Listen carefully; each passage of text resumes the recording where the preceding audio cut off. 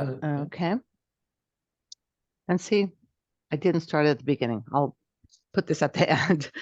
Scott is the owner of VRVC, which is a large commercial construction consulting and management company, which was established in 2017. He's born and raised in Chandler, Arizona, and currently resides in San Francisco.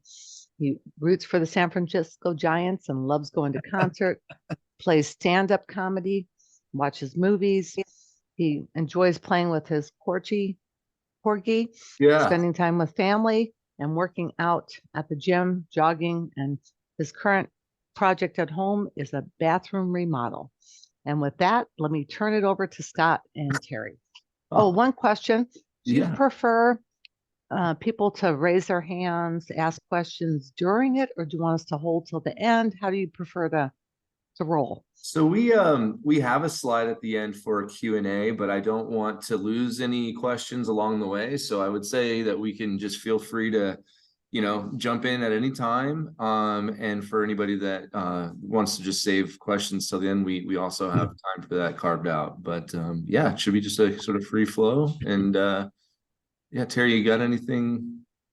Yeah, I would just say, let's see how it goes too, because I was involved in a presentation yesterday where for the people who are going to be moving into some of these buildings coming up, and a lot of the questions they were asking, we included the information later in the PowerPoint, and we had pictures to go with it too. So, if you have something pressing, I would say just bring it up right away. Otherwise, maybe hold on to it because we may cover it.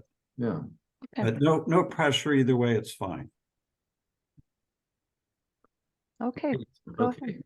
Well, I'll go ahead and get started. Lori, thank you for the great intro. Really appreciate that.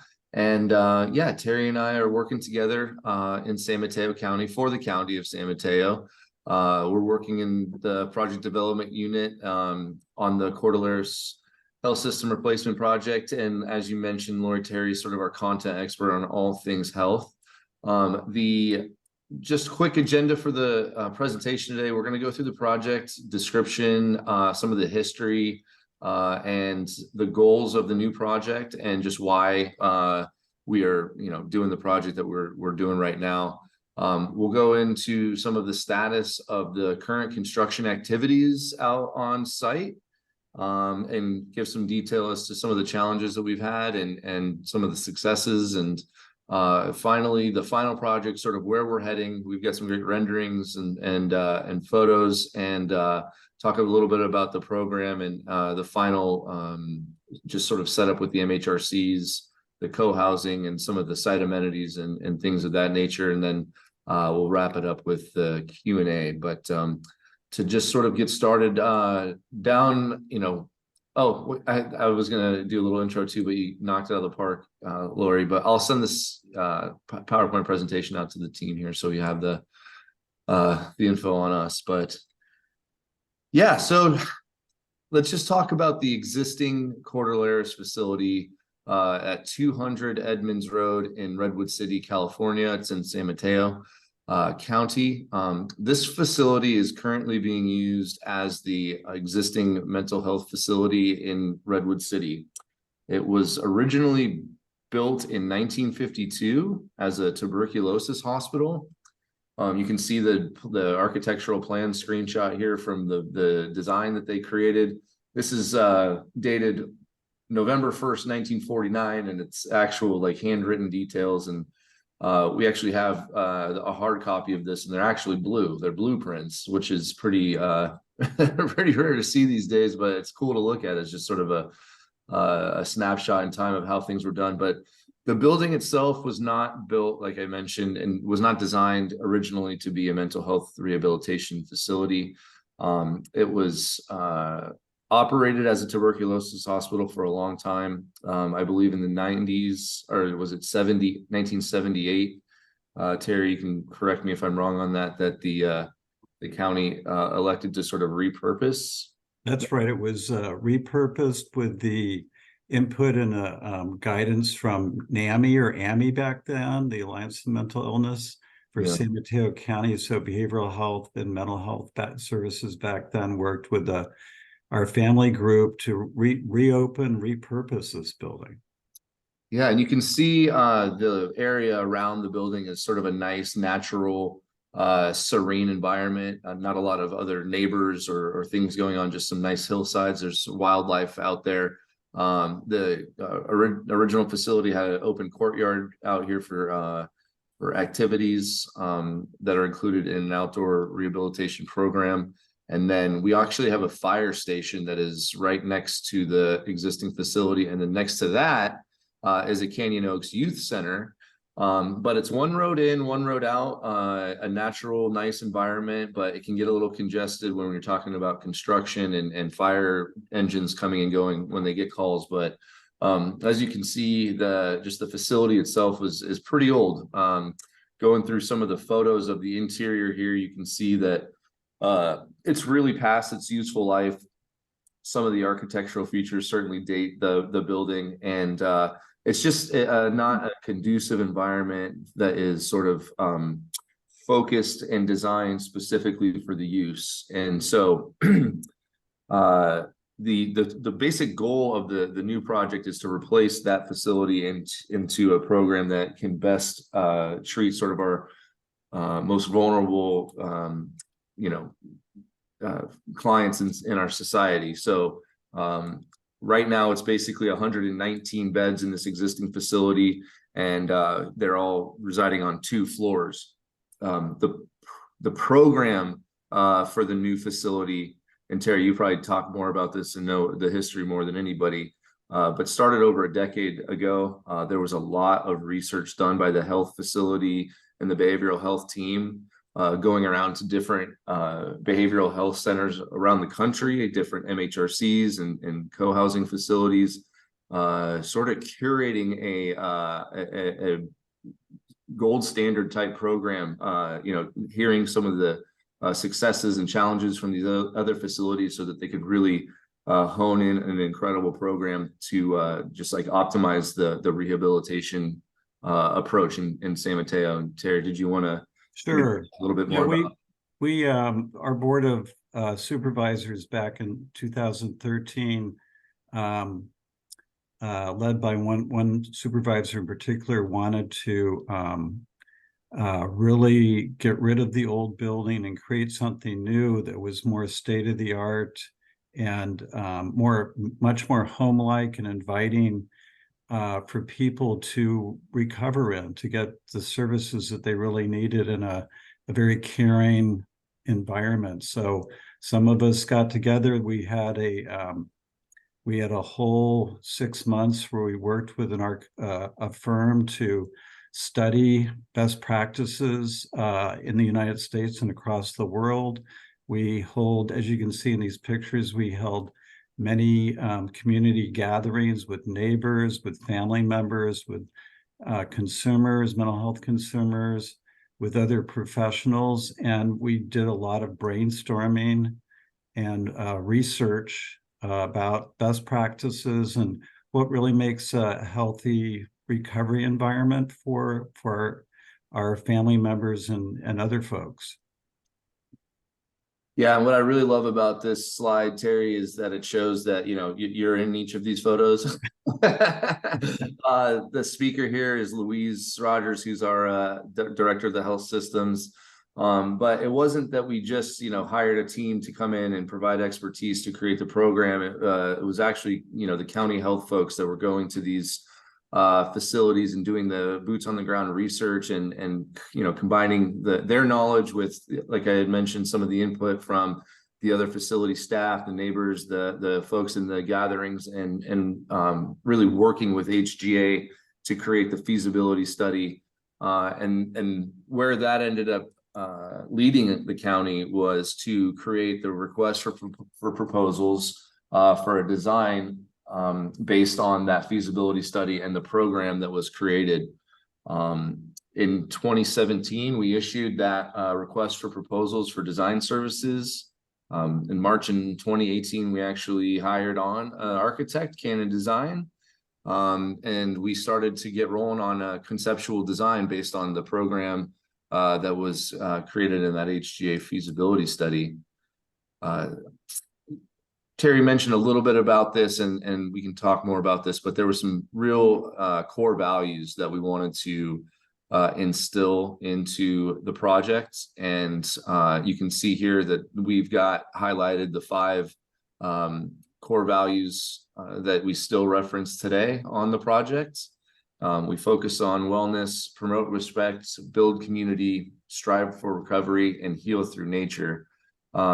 A couple other items I'll note is that we also have a very specific goal of having an institutional building and buildings and facility that is secure, but it does not feel that way because there's a focus on designing the buildings to be a residential feel. So where you may have a building and similar to the building that we're currently residing in, it's pretty sterile feeling, white walls, metal gray doors, not a lot of natural exterior light. There's like bars and stuff over the windows, so it feels really institutional. What we have on the new project and then in the new facilities is a lot of custom grain woods, custom finishes, accent paints, ceiling heights that are pretty expansive and that have maybe like a slight elevation change in one room, so it just adds sort of an architectural flavor. We have some renderings and some photos that we'll get to, but really the designing to feel residential while still maintaining that security level and healing through nature. Like I showed the campus with that nice exterior landscape. We've added a couple of site amenity packages to the final design, and just truly trying to make it feel that a lot of natural light, making it feel like you're not in an institutional facility. So, Terry, any other values that you wanted to share? No, I think that's really it. We in large institutions, whether it's a state hospital or any type of a setting like that, there tends to be, often overcrowding.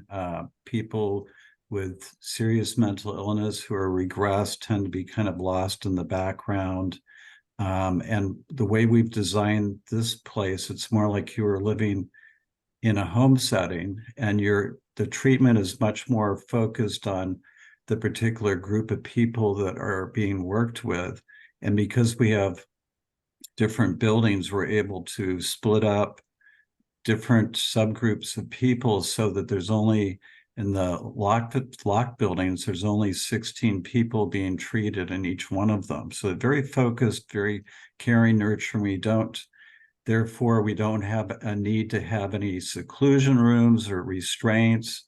Instead, we have meditation rooms and exercise room and, things like that, which we'll show you later on. Yeah, and that's exactly right. We'll show the design later in some of the photos and renderings, but definitely wanted to do some of the initial conceptual design with these values and try to maintain those core values throughout design iterations. And we juggle budgets and we have VE exercises to try to bring costs down, but we always kept these values in mind. And there are also some for the MHRCs. I'm not sure how versed everybody is, but we have special licensing requirements. So like Terry mentioned, 16 bed max. Each building has its own separate address, and they're operated by specific separate vendors. We have the MHRC regulations, Title IX, that has a lot of operational requirements, but there are also items, just as an example, that like soiled linens shall be stored in a separate room. So, things of that nature resulted in our design having a dedicated soiled linens room, and so there were requirements that we needed to maintain so that we could still get our licenses, and also couldn't just VE out or value engineer out to save a buck. We had to maintain a specific set of criteria in order to make sure that we got everything in place for licensing. Moving on to some of the design iterations. So this was sort of the original concept. The original concept had 5 separate MHRCs and 1 co-housing building. So I was just thinking we should mention, so an MHRC in California is a mental health rehabilitation center. And that's the locked, those are the locked buildings. Those are, in California, that's a level of care we have. And I don't know that that's true in Arizona. Yeah. We don't have them yet, Terry. We have the licensing, but no one has built one yet for Okay. adults. We have them for adolescents. Okay. Well, thank you for sharing that, because I wanted to make sure that you guys knew what we were talking about. And it's good to hear that the potential's there. Yeah. Good. Yeah, so just to that point, then our project has 4 separate MHRC buildings. Each one of them has a 16 client max. So we have 14 bedrooms, and there are 2 bedrooms in each of those MHRCs that has a dual occupancy, because some people just sort of experience a better environment with a roommate. Each one of the 4 buildings needs to be operated by a separate organization. On our project, we have one that is geared for medically challenged sort of rehabilitation. One is sort of focused on trauma type rehabilitation needs. One, if they had a criminal justice type history for a client, then there's one with a focus on that type of client, and one with regressive mental issues. So each one of them has a specific focus, whereas in the existing building, there's just 2 floors and everybody's sort of in there together.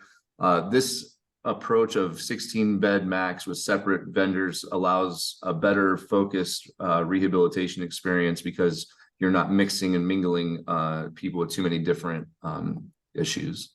Plus, another huge benefit from having it 16 bed and having each one with a separate address and with different providers running them, they become Medi-Cal billable. Yep, that's right. So just a little bit of the design iterations that we went through. Like I had mentioned just a moment ago, we had 5 original MHRCs with 3 finger residents, and a co-housing building here, which has less restrictions. So people in the co-housing building have free egress. They can come and go as they please. Some of the clients in this building are permanent residents, and some are transitional. But that was the original design. And you can see we had some like real basic sketches.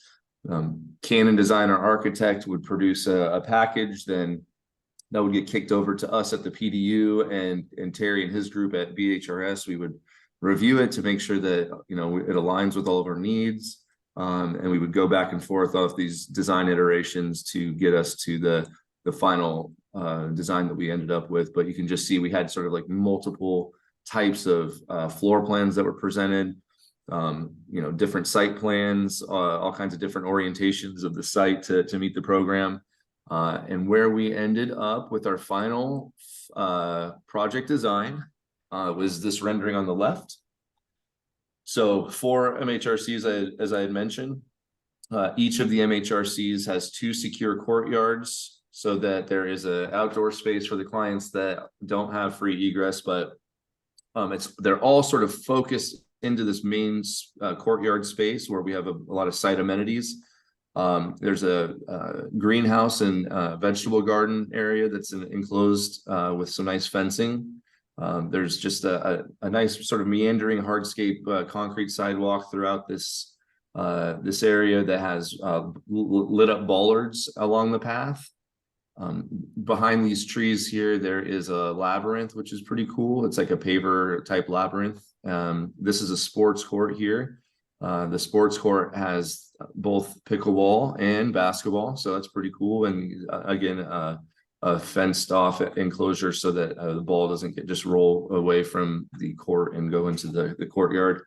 And then there's an art pavilion here that there's basically an open air area where you can sit with an easel and paint, or if you just want to go out there and draw, it's a nice dedicated space for that. What you can't see on the other side of the co-housing building here is the dog run. So we have an area for either programmatically, if that is something that the vendors and end users want to implement as part of the rehabilitation. I know that we've got something out there right now for the existing facility, so that's something that could be transferred over. And then also, if you have a dog at home but you're staying here, your family and friends can come visit and bring the dog, and there's an area dedicated for that sort of activity. Total 5 new buildings, 5 separate addresses. That old existing facility had 117 beds. This new campus will have 121 beds, and that's 16 MHRC beds times 4 buildings, and then 57 beds in the co-housing. 28 of those being permanent, and then the 29 are transitional. I know there was a question about the Medi-Cal. I think, Lori, you answered that. Is that correct? Yes, your Medi-Cal, which is Medicaid for us, Yep. and our systems access, and are similar to your behavior. Ours are, instead of MHRCs, ours are behavioral health treatment facilities, and if they're secure, they have an SBIRF.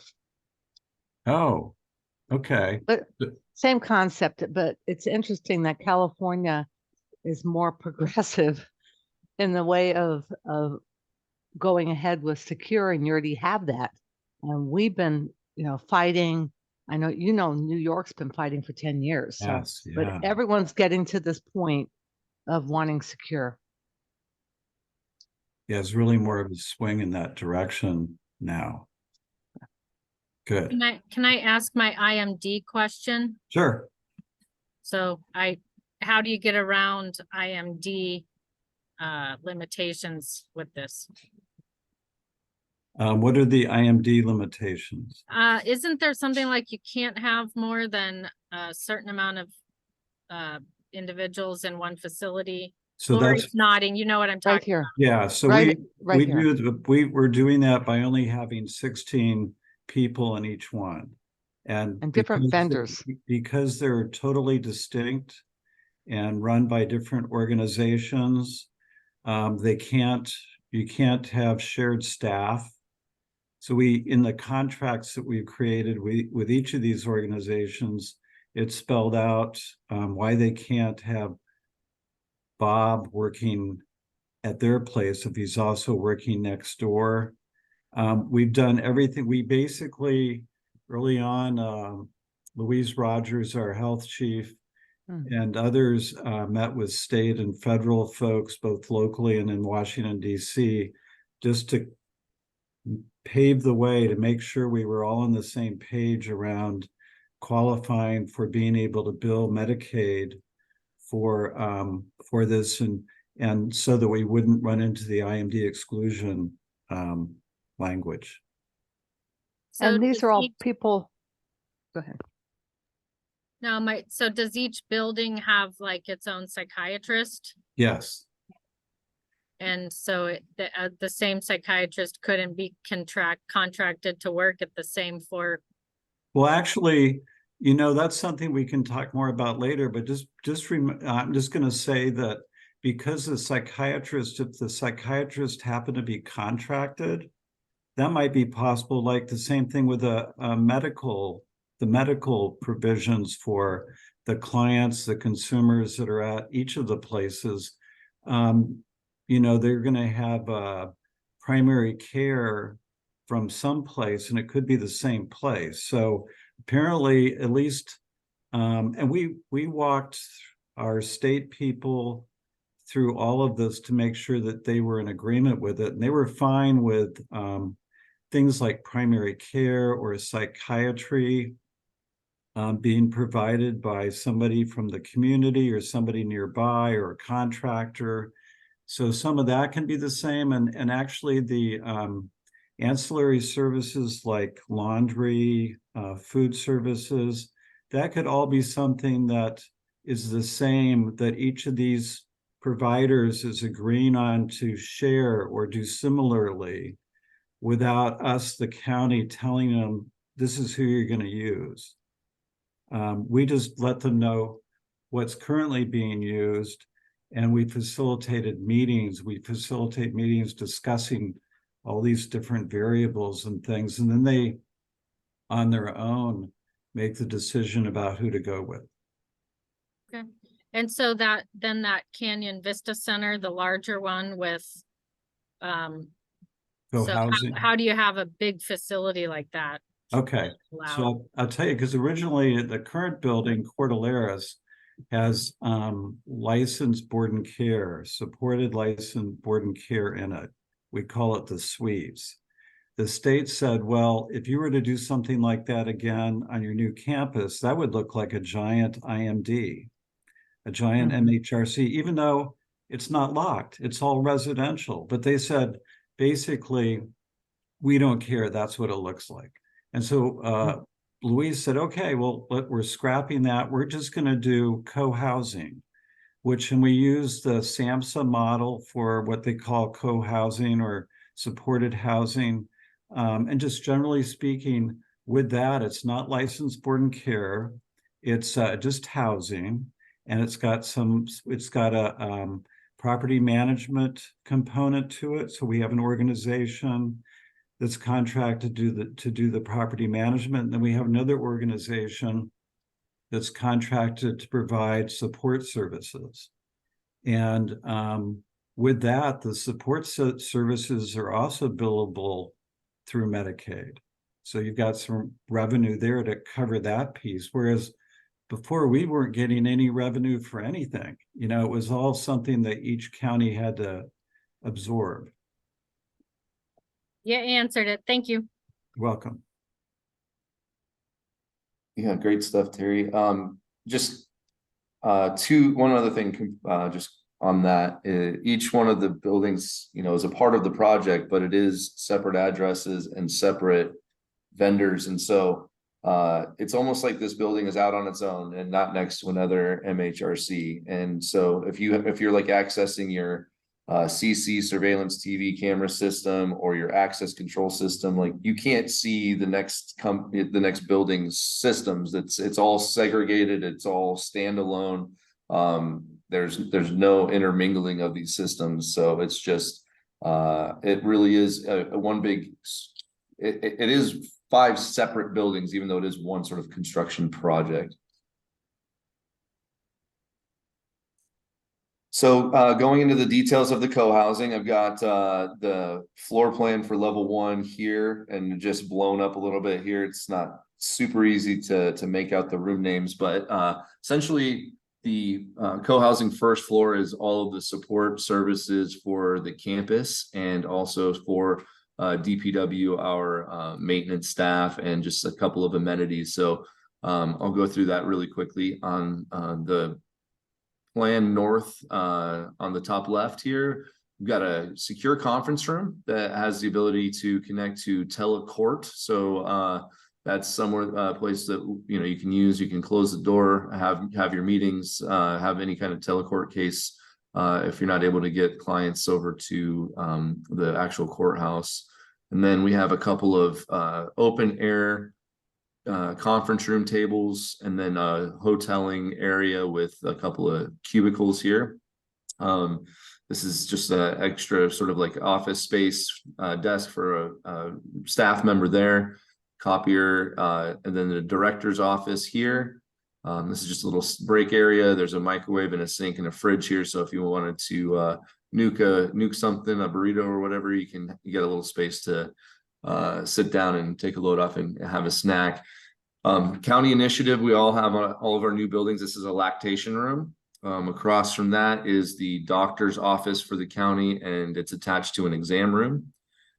Just 2 gender neutral bathrooms that sit next to an exercise room that'll have a stationary bike, a treadmill, an elliptical, and some other just free weights that you can go and you can get a work up a sweat. A real nice big art room here, and this is right next to the exterior exit that goes directly to the art pavilion that I showed you earlier. But yeah, arts and crafts here, any kinds of activities that clients want to use that are in the co-housing, dedicated space for that. And then across the hall is a non-denominational chapel. We got a couple of pews and a water feature and some tempered architectural glass, but really nice high-end interior for all of these spaces. This is an open air breezeway, which I'll show a rendering of later, but it's essentially right next to the loop road where people can drop off, get out, and walk right into the building or walk right into the courtyard. It's a free air breezeway. This is the main building entrance coming towards sort of planned south. When you walk into the building here, there's what's called a retail space, but it's going to be operated by our production kitchen vendor. And that'll be a place that people can get an espresso, some pre-made sandwiches, we'll have a cooler with drinks and just other food items. Here's our 2 elevators. So the elevators go up to floors 2 and 3, and then on the back side there is a single door that goes right to our bed bug room, which will have a bed bug oven in it. Idea is just bringing dirty linens down. You can just have that real quick access to that bed bug room, so you're not carrying those linens around too far. And then on the front side of the elevator, you can come out. This is the reception area with just some seating. If you don't know exactly where you're going, the receptionist will always be there to help provide direction. And then coming down this way, a lot of the back of house. So we have the IDF room, a mechanical room. This is our maintenance staff working workshop. It's connected to the maintenance staff office. There's a housekeeping room here with another changing room for staff. It's got a shower and a toilet. And so they can use that area to change if they'd like. And then our electrical and main and sub electrical rooms down in this corner. And then this large space here is our production kitchen. So the production kitchen has enough storage and capacity to feed everybody on site. It has everything that you would need to cook all of the food that are on the menus that are curated by the vendors. We worked in lockstep to make sure that whatever they needed to create their menus, we had the ability to cook that. And that area is going to be operated by our food vendor, Pacific Dining. So that's contracted out. And then they have a dietary director's office, which is right next to the production kitchen. There is a restroom here, just a public restroom, and then the shared laundry space that'll have 3 sort of larger washers and dryers. And the idea by that location is just, again, people come in from the floors above, coming out with their linens and just having quick access to that laundry room. Hey, Scott. Yeah, I see some people jumping in on the chat. Yeah, I was just going to say, one question was who owns the property? The county owns the property. So we already had the land. We had considered other areas of the county that we either owned or didn't own. I would say that even though this is a beautiful site and maybe it's the best site we could have found, we were actually originally looking for an alternative site so we wouldn't have to do construction around the current building. But we ran into a lot of areas where people, for whatever reason, didn't want us building in their neighborhood. So we ended up, one of the places we visited during our search and our studies was, I think the Massachusetts State Hospital, where they had actually built new buildings around their current active one, and it worked out well. So we thought, oh, well, we can do that too. So that's what we did. But I also want to mention that the commercial kitchen, now we designed it. We searched out potential vendors for that commercial kitchen, and we found what we would say was a really good possibility for the vendor, and it was somebody who runs commercial kitchen kind of stuff at some of the campuses, the universities, and they were very much interested in doing this. Now, I'm bringing this up because we don't have a contract with them. They will be contracting directly with each of the new providers because it's really up to the providers to choose who they want their food service to be through. And each of the 4 MHRCs, the kitchens were not designed to normally produce that many meals a day. So it's not really a good option for one of the vendors to say, oh, we'll just do it ourselves. It's not the way the kitchens weren't big enough. They don't have enough stuff in them to mass produce food. So that was the comment I wanted to make. Thank you, Terry. Yeah.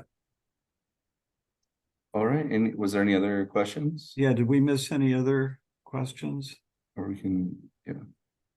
Yeah, what makes the Dr. Mike, facilities, if what makes Dr. Franzak is still on the call, are you seeing anything that would prevent us from doing something like this in Arizona, Mike?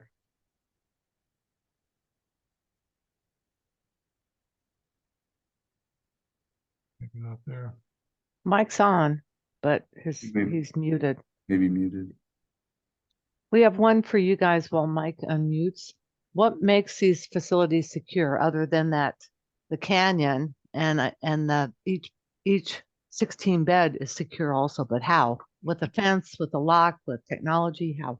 Yeah, all of that. And I have actually a slide on that, so I Okay. could probably get into that a little bit after in 2 slides. Okay. And are you guys interested at all in the 2nd and 3rd floors, or do you want us to jump into the MHRCs? Well, the community living, that's the 2nd and 3rd, but the MHRCs are, I think, what we really are interested in because that's the area that we really feel that we're missing here in the Okay. valley. Here we go. All right. Well, let's get to the star of the show then. Here is the layout of the MHRCs. Each one of them is the exact same design. So we just basically hit copy paste and moved around the site. And one of the yeah. reasons we did that was because, you know, as our population changes over time, we wanted to be able to, because we have one that's for a more medically fragile, we want them all to have that capacity. Yeah. It's almost like the Alzheimer's homes they design. So as they get worse, they move them, but they look familiar. Yeah. That concept. Yeah. Yeah. So there are basically 2 types of space in this building. As you can see my cursor coming across sort of the middle of the building here. That is the barrier between the back of house, which is on the plan south support area that only staff has access to. And then the really high and medium risk areas, the high risk areas being the fingers, we call them, where the bedrooms are. High risk because inside the bedrooms there are no cameras. In the middle areas and the circulation activity areas there are cameras, but it's we have that as a medium security area because it is still with the clients. But trying to get out of this building requires a card access or being let out or in by a staff member that is inside of the shared office area. They have all the access control that opens and closes the doors on touchscreens here. But you cannot get you can't get into the back of house area unless you are card keyed in or you're let in by someone already in that shared office. If you go outside this door here from the corridor into the exterior client courtyard, you'll have 12-foot high security gate.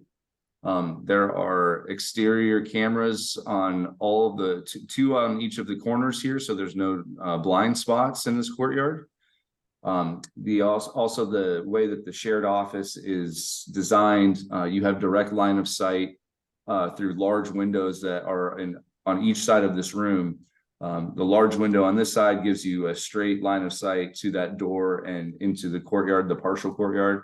but you also have all of your CCTV monitors right there that you can access the exterior cameras on that end. Large windows that are facing plan north here. So looking straight out of this large curtain wall and glass door, you can see out into the second client courtyard where there's again a 12-foot high fence and security gate here. Line of sight straight from this shared office down the corridor here. These doors are always remaining open.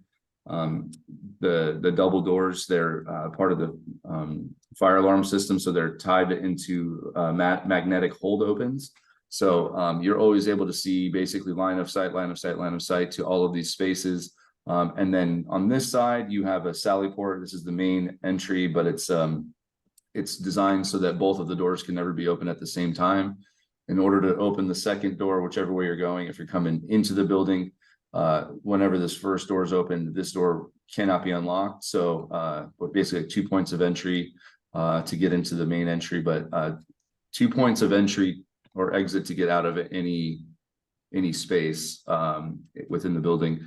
The doors in the courtyard and at the end of the lounge living area, those are only there for egress. They're not used for anything other than when there's a fire. So those remain locked and they're tied into the fire alarm system.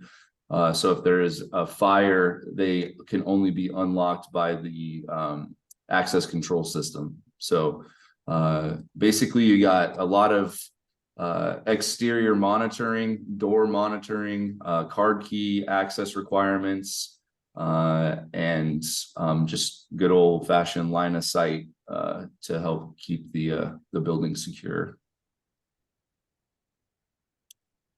You want to talk about the you want to walk them through the what the bedrooms look like and the living areas? Yeah. If there's no other questions on the security, I will jump into that. So as we mentioned, 16 bed max. And each one of the MHRCs has 14 bedrooms. We have one on each wing that has a double bed. So you see the semi-private room and accessible semi-private room. Each wing has one of those rooms as an accessible room for ADA. And then we also have an accessible private room for ADA, one of those in each of the buildings.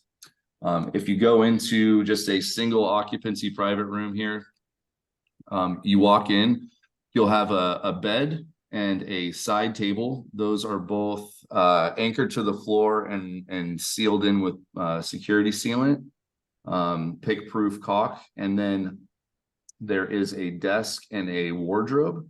And those are just built in. That's casework that is built into the walls. So there's nothing that can be really moved or picked up other than the chair, but the bed, the table, the desk, and the wardrobe are all secured to the ground and caulked in. The wardrobe has a lockable sort of storage area. So if you have, your real valuables or anything that you want to keep locked in, you have that ability to secure it further. And then the bathroom has a shared shower with a toilet and a sink.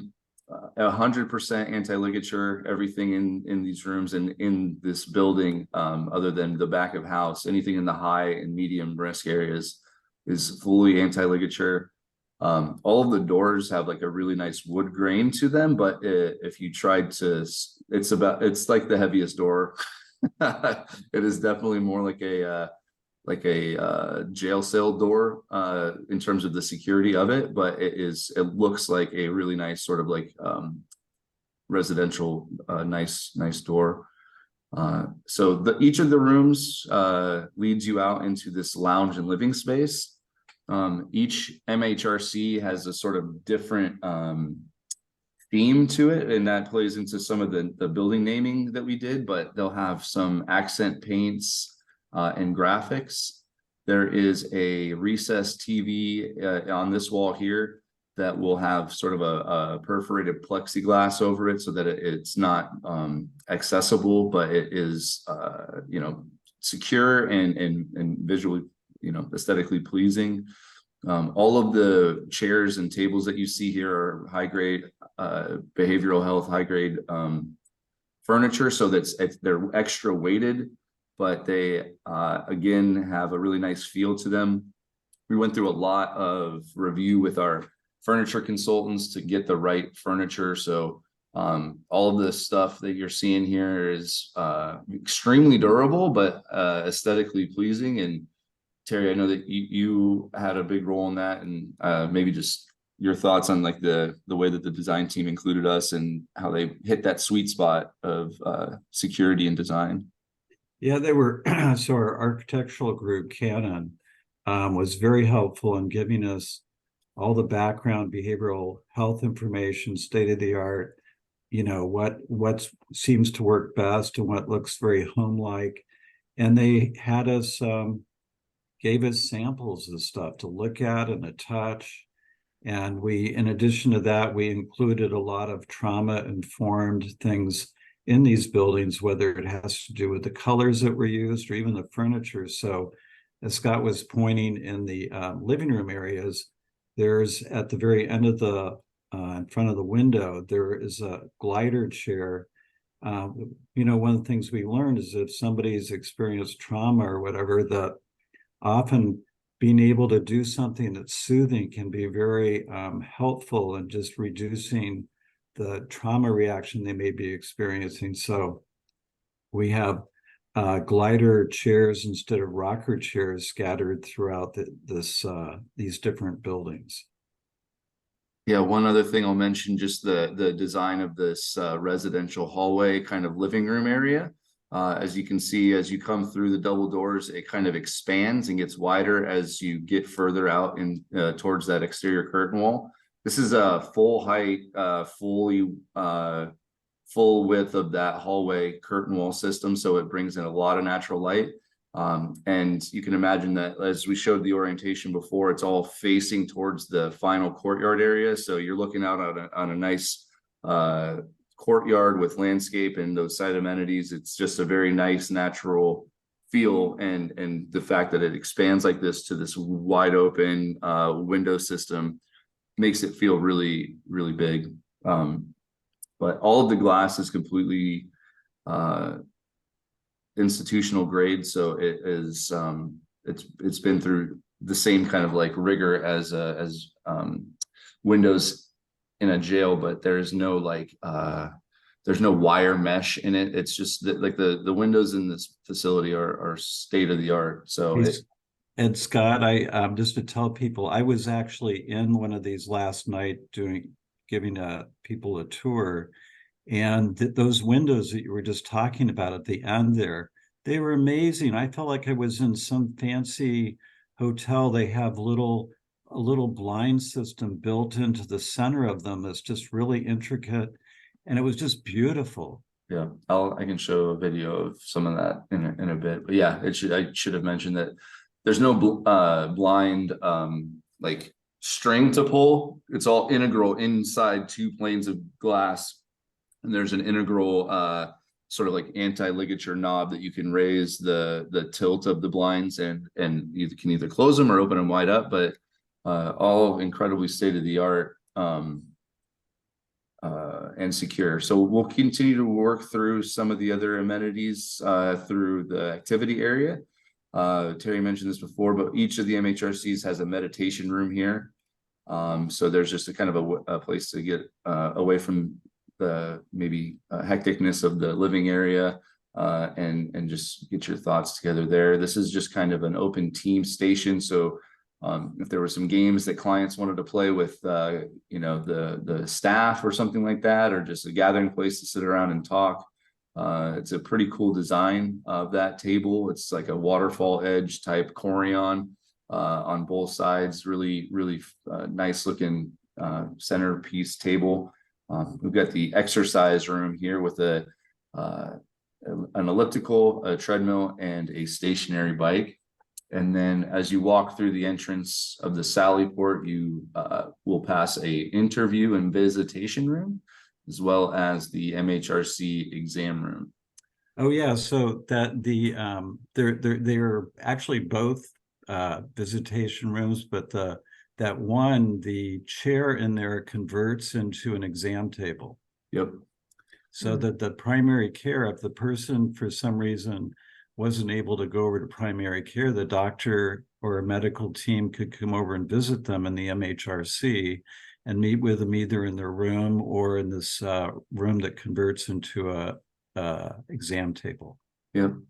And each of those have like a dual purpose with a client and a staff member or a visitor. So these are all in the medium risk. The doorways to them are on the medium risk side of the facility. Similarly, there's a sort of like a public gender neutral restroom here for that clients or staff could use that's on that medium risk side, and then another laundry room just for them to wash their clothes here. So we've got a stackable washer and dryer, and then one standalone washer, one standalone dryer.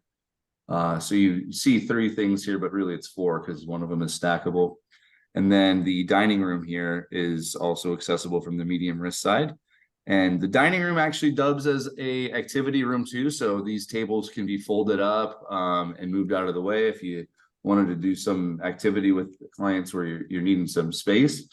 There's also going to be a TV similar to in our living room space. So there can be activities where you have some sort of like you have to follow along on a video screen or something like that. That can be dual purpose. The dining room is connected to the kitchenette. It says kitchen, but it's a kitchenette. Like Terry mentioned, it doesn't really have the capacity to produce a lot of food for the clients, but it does have a convection oven, a microwave, a refrigerator, a bunch of storage for dry food. But generally it's reheat if the vendor's getting food delivered from the co-housing or from whatever service that they have, they can bring that into the back of house entrance. The food delivery people do not have to intermingle with the clients. They can just come back through the secure entrance back in the back of house, stock the food in the kitchen and be on their way. But getting to that back of house area, you can either get in there from that exterior entry exit. This door back here is only there for fire egress. There's not a handle on the back of it, but we just needed an exit. So it's got a push bar exit. But to get back here from inside the building, you got to go through the shared office, and then you got to go through the staff team door back here. So I'll work my way from left to right in the back of house. You got the kitchen. There's a housekeeping room with a mop sink and a floor sink. We have a pretty large medication room. It's been commented a lot just to the size of it, but it could be also used as maybe a secondary storage area. But in here, we have a couple of refrigerators, lockable refrigerator. We got some medical disposal bins for any kind of medication stuff that needs to be disposed of separately from just regular waste. There's a staff foyer area right here. So just across from the seating, we'll have a microwave, a sink with a countertop, a couple of cabinets, and a small refrigerator there. So just a spot, maybe if someone's got some food left over from the night before, they can throw it in that fridge, nuke it, and just sit around the table, take a load off. And then electrical room, IDF room, mechanical room, and then a pretty big storage room back here that we are letting the vendors provide their own racks or cabinets or whatever they need to customize based on their storage needs. Going across this the corridor, the soiled linens room is located back here right next to the director's office, and then a shared office. So there's 3 desk spaces in the back of house area for employees. And then the room that has the exterior doors here, that's just a waste room. So in order to fill those up, you've got to just take a little walk outside and dump trash into those wastes. But there's a sidewalk that will lead you directly to where the trash pickup is on the exterior. So the idea is just don't have a lot of the big waste bins accumulating, odors in the building. So you take your small trash out into that outside area. And that is about it for the MHRCs. We have Do you have any drawings or mock-ups of the MHRCs? What are they visually going to look like? 'Cause- Yeah, I have some renderings, but I also Okay. have a video walking tour that I can Okay. hit play on here, and you can see just sort of the status is they look pretty built out. There's some ceilings that haven't been dropped, but it'll give you a good idea. Okay. That'd be great. Yeah, I'll hit play on that in a little bit. Yes, the contracts, so the question is, the contracts with the vendors, are they for a particular length of time? We usually do them for 3 years. Sometimes we'll do them for longer, but we're just starting off with 3-year contracts to begin with for all these new programs.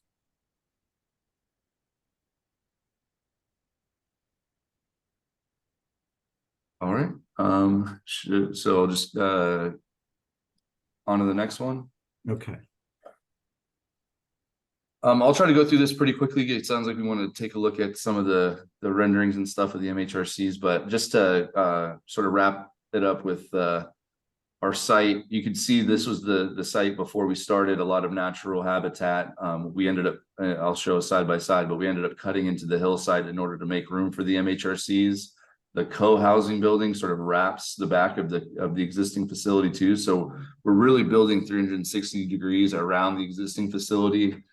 We've had to make some additional temporary exits to the existing building in order to allow it to continue to operate.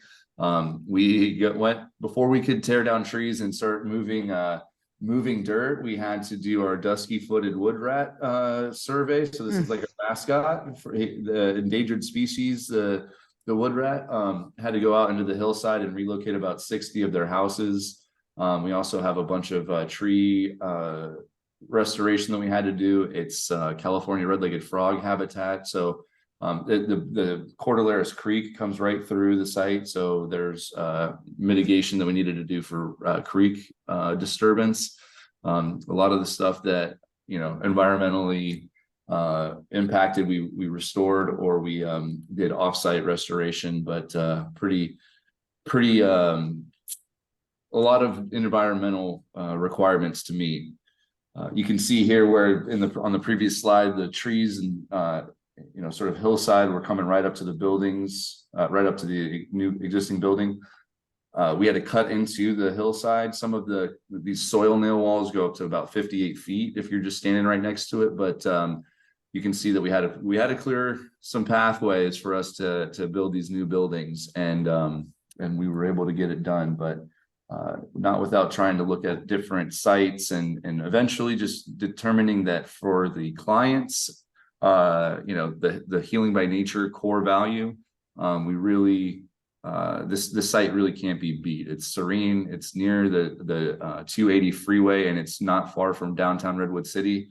There's a bus stop that Sam Trans comes to already here. So clients in the co-housing building, either permanent or transitional, can get to the downtown Redwood City area in about 10 minutes. So it feels very secluded, but it also isn't far off from freeways in downtown Redwood City.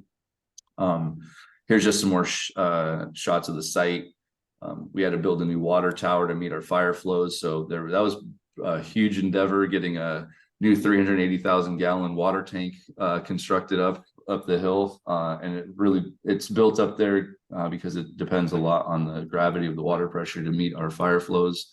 But we are putting that in tandem with the existing 150,000 gallon water tank.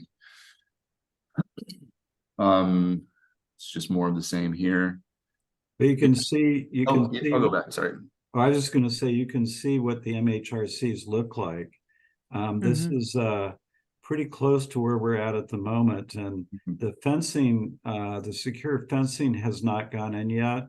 And even though the fencing is designed so you can't get your fingers in it or your feet in it and climb over it, we've actually got some additional funds to make it look more, not so much like a fence. It's gonna have some wood built into it and stuff. And Yep.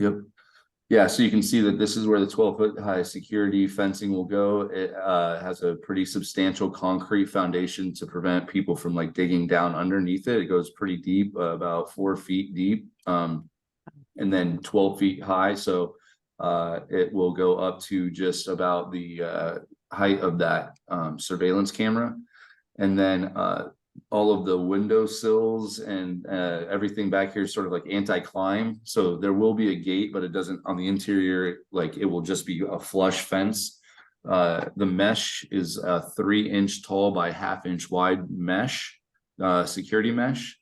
And that allows, it's like an anti-climb because it's just a 1/2-inch width, but because it's 3-inch tall in the openings of this mesh, it doesn't feel like you're behind a like security gate. You know, there's still a pretty good amount of transparency through, so you can see the site courtyard and site amenities. And Scott, real quick, I'm going to Yeah. answer this question. So Rachel, this is we have it scheduled to open up in April. And that's what I mean by that is that's when we will take everybody that's currently living in the old building and be moving them into the new buildings, depending on where they're slated to go.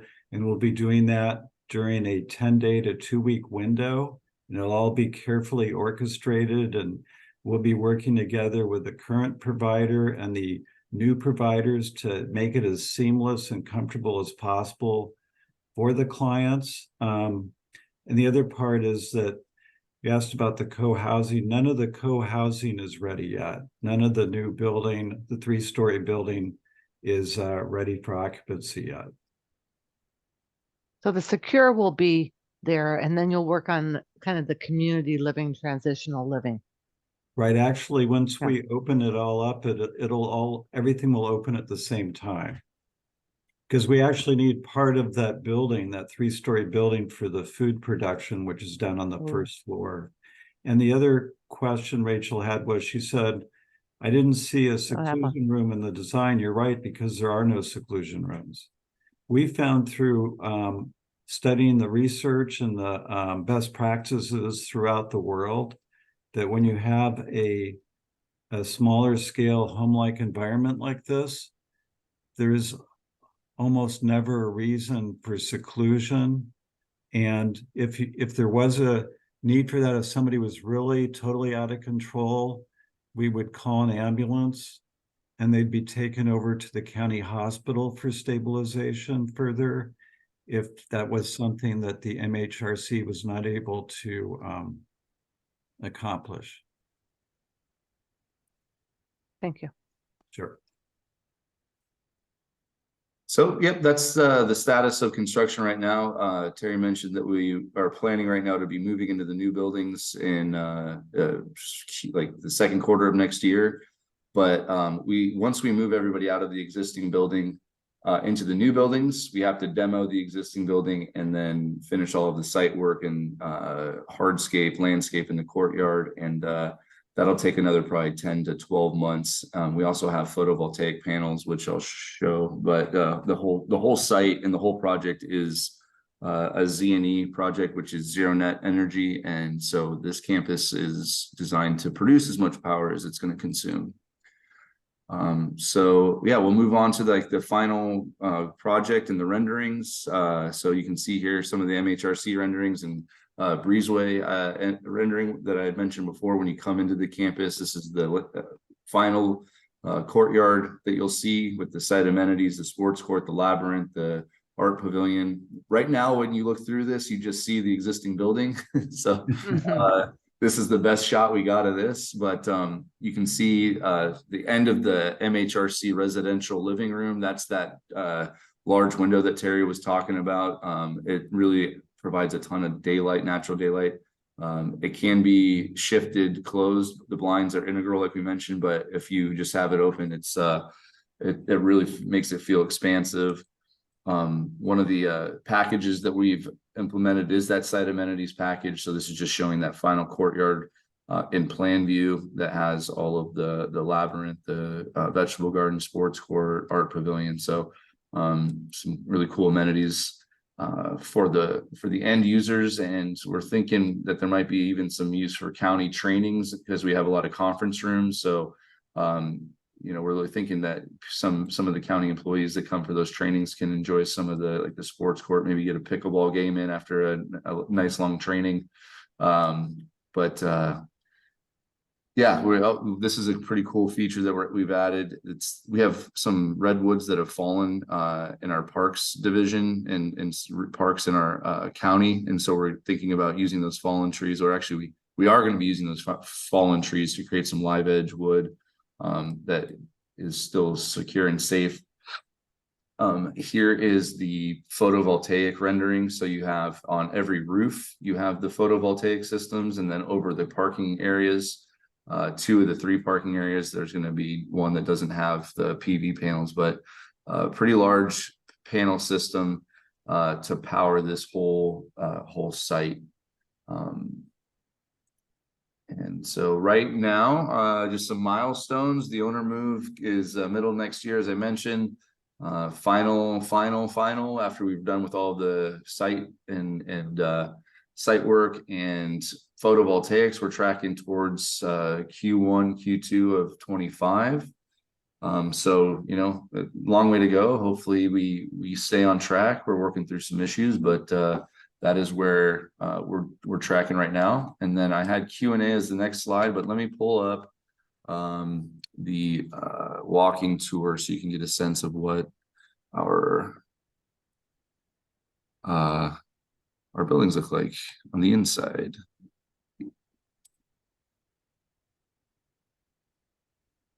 And just give me 1 second. I didn't have this quite teed up yet.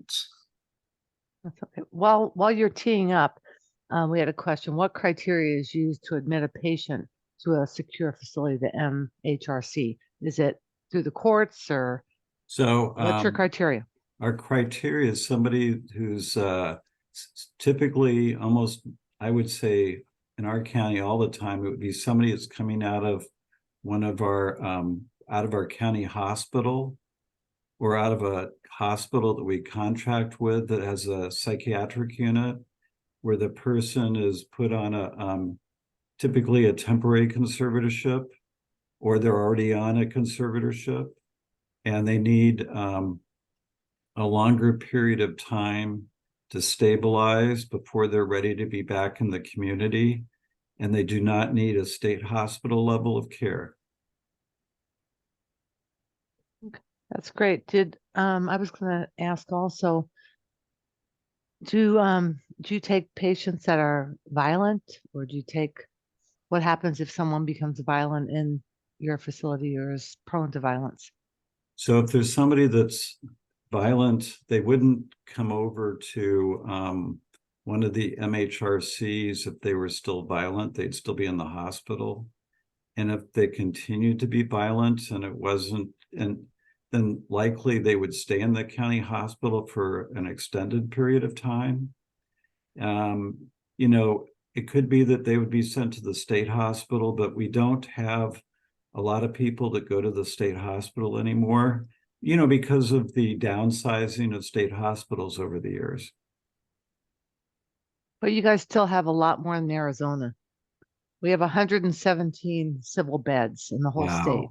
Wow. You guys have what, 1,000, 2,000? Something like that. I don't know how Yeah. many are left, but there's a lot of them still.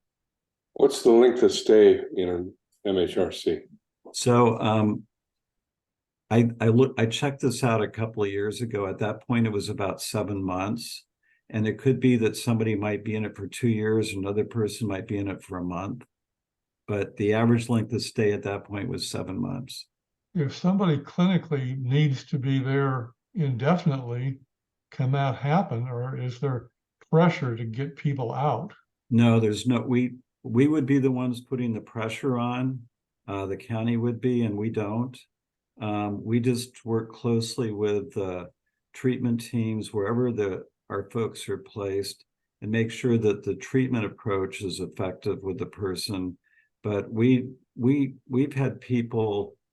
I remember when I first started, back in the late 80s, there were people that were there for a good part of their life.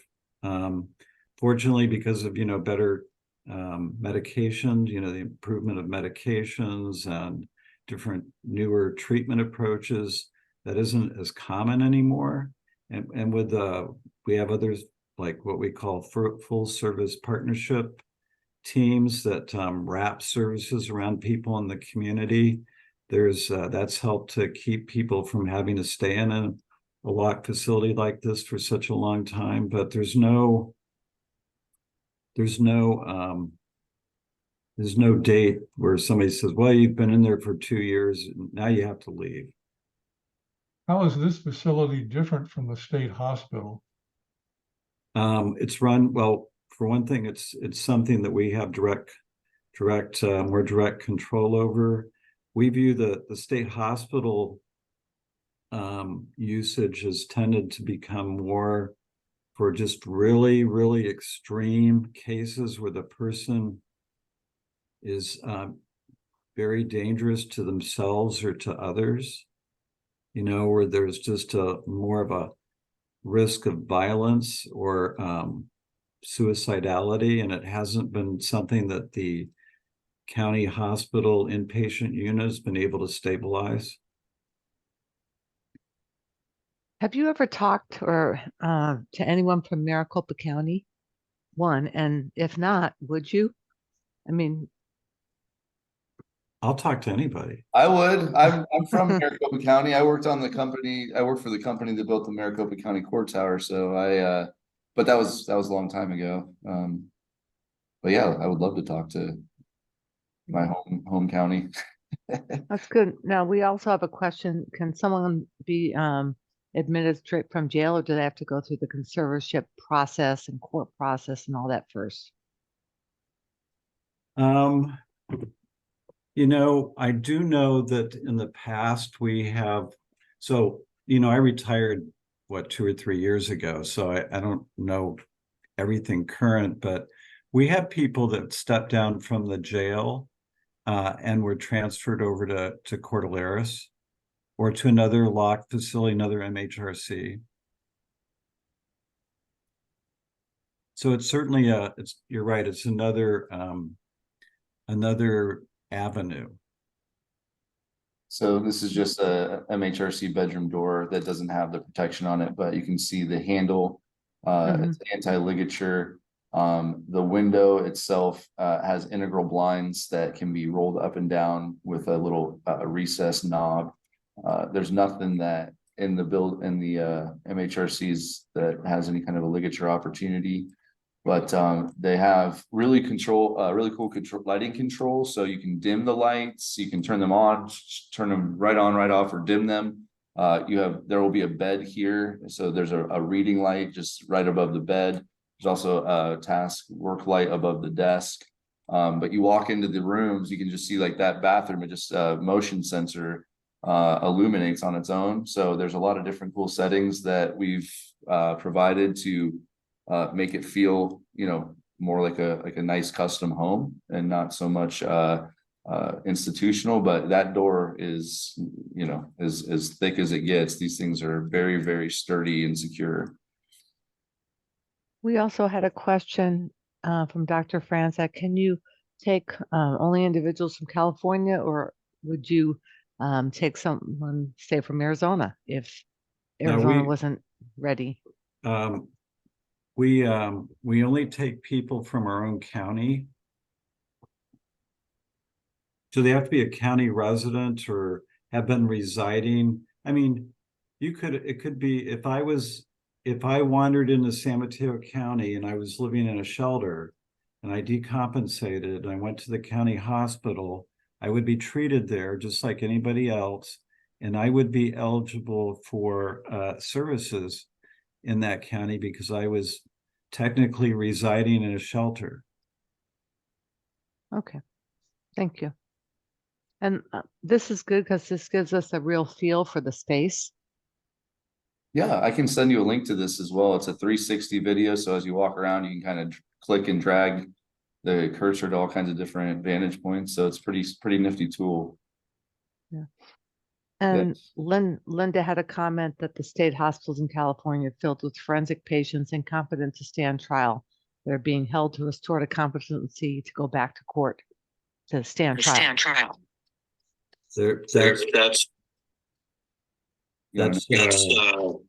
We have an echo now. Let me try again. I think, oh, that worked. Okay. Okay.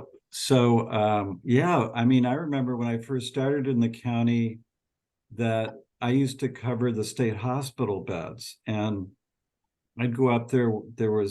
We had adolescents. We had a whole child and adolescent section. We had developmental disability section up there. We had, just people with serious mental illness. We didn't really have what I thought of as a forensic section. And then over the years, it's just, moving people out of the state hospitals and shifting it to become much more forensic with large, barbed wire fences up. Oh, maybe back in the day, it wasn't trying to criminalize as much. It used to be thought of as treatment, right? That's right. That's right. Now we don't want to lock anyone up, right? In theory, but we don't consider jail or prison lockup for whatever bizarre reason.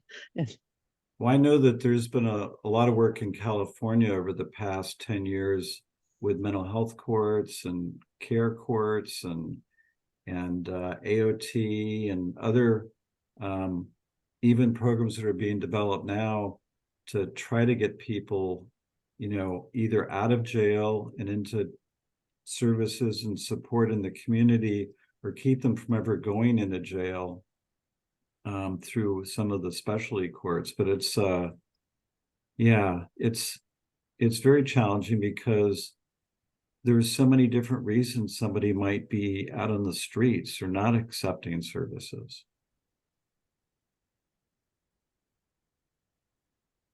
This is the kitchen area in an MHRC. Yeah. And we'll finish up, and Sonia has a question. It's very likely that people who do not have permanent housing in the co-housing facility will need that same model to be successful in the community. Are there plans to build more co-housing facilities or opportunities in the community once they leave this transitional co-housing three-story building? Sure, I would say that we already have plans. We already have other types of supported housing in the community. And so over time, more of that's being developed in San Mateo County.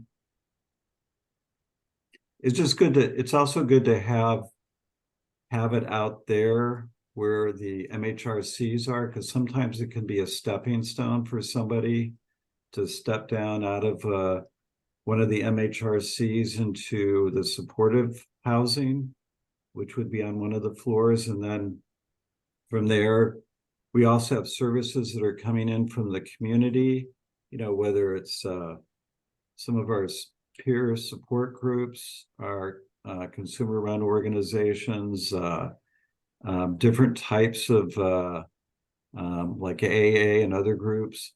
All these folks and programs from out in the community coming into the new campus, and then making it easier for people that are living on the campus to feel connected to the rest of the larger community beyond there, to help them step into new housing opportunities back in Redwood City or somewhere else in San Mateo County. I feel bad that it's such an exciting topic that we've taken almost an hour and a half of your time. But again, this is something that I think California is very progressive. I know that you've worked around the IMD issue, and I know that Cheryl at Greenberger Center in New York, hers is different because it's that forensic population, and they're not being, so that's more difficult for her to even get Medicaid dollars with her discussions. But again, thank you for the presentation. If you send me your slides and the link, I will put it up on our site. But absolutely. I want to be respectful of your time. Oh, and we're just very excited to be able to, we've been living this for so many years, and we're getting so close. And I just find it very exciting that you guys have the opportunity in your state to do something like this. We have the licensing. Let's get we don't have the same, well, I can't say it. Our county has not gone out and done this for us, found a site plan, built it, furnished it, had a well thought out plan, paid for construction. I wish we were where you guys are at the development stage of Secure. Well, Terry's been in it longer than I, but basically since the feasibility study was complete and the design started, I've been on board. And you know, if you ever need any just consultation on any of that, I am available to share my knowledge. Well, thank you, Scott. And thank you, Terry. Can I You're ask very a welcome. curiosity question? Yeah. You guys said in 2013 you had a champion on the Board of Supervisors. I pretty much grew up in San Mateo County, so I'm really familiar with where you're doing this and all that. And I'm wondering which supervisor it was. Don Horsley. He just passed away. I heard. Yeah, so sad. Don was such a champion. His mother had mental illness and stuff. And so he at a very early age was very aware of the impact of you know, the lack of resources or what there was and what it could be like to live with this. And he even took a road trip with a couple of us early on in the project and was driving around California with us looking at places. Yeah. You think He his came out time and- as- oh, you think sorry. his time as a county sheriff influenced him in this project? He was for our group here, he was a county sheriff in San Mateo for a long time. That's right. And before that, he was a social worker too. He did a lot of really wonderful things for our county and for Yeah. people in general. Yeah, he visited the site quite a bit actually, and not just like times that were needed. You know, he's like, "Hey, I'm stopping by." Sounds like- So it was great to have his leadership to get the ball rolling. Just recently, we actually had Congresswoman Jackie Spear come out and do a site tour, and I guess she had some involvement early on, Terry, that I wasn't really aware of. I heard Jackie's running for the Board of Supervisors now. Yes, that's Yeah. right. Yes. Yeah, Jackie was very active and involved in helping us meet with folks in Washington, D.C. to iron these things out. She's an amazing woman. She really is. Really Yeah. is. Well, thank you. And also pass our thanks on to Louise, because if it wasn't for Louise and you, Terry, we wouldn't have learned about this on some other calls. So I think we each have to keep each other up to date on what's going on. Thank you. Absolutely. Sure. Well, you guys take care and happy holidays. Yeah. Thank you for the time. Thank you. Thanks. Bye-bye. Now, yeah, this portion, I'm going to